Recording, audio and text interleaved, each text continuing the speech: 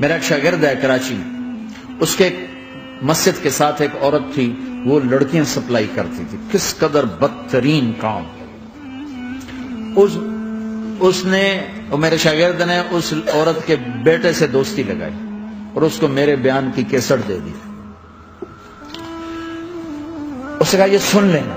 اس نے گھر میں جا کے لگا لی، اس کی ماں کام کرتے ہوئے چلتے پھرتے سن رہی، کانوں میں آواز پڑ رہی۔ تھوڑی دیر کے بعد وہ آ گئی، کہنے لگی مجھے بھی سنا، تو اس نے سنی، پھر کہنے لگی دوبارہ سنا، پھر دوبارہ سنی، پھر کہنے لگی ایک دفعہ اور سنا، پھر ایک دفعہ اور سنی۔ کہنے لگے یہ کون ہے؟ پتہ نہیں کون ہے۔ کہ کس نے دی؟ کہ یہ مولوی صاحب جو مسجد کا، اس نے دی۔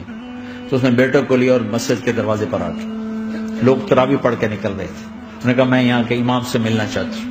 تو آ گیا، امجد نام ہے اس کا۔ کہا مولوی صاحب یہ کیسٹ آپ نے دی ہے؟ کہا جی۔ یہ کون ہے؟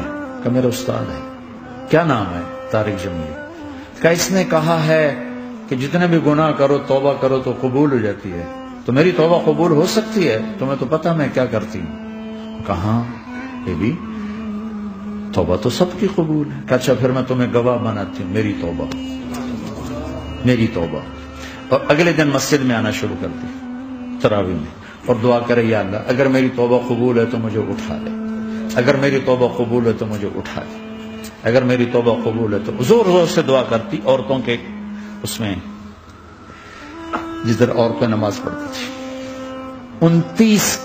29 کی رات سجدے میں اللہ نے اس کو موت دی۔ ساری زندگی لڑکیاں سپلائی کی اور موت آئی رابعہ بصری جیسی۔ توبہ ایسی چیز، اے اللہ میری توبہ قبول ہے تو مجھے اٹھا لے۔